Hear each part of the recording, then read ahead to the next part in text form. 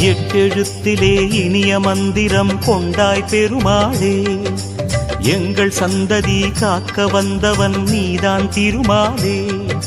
கஷ்டம் நீக்கிடும் கருணை தெய்வமே கலியுக பெருமாளே, காலம் காலமாய் காவல் தந்திடும் கோகுல திருமாலே.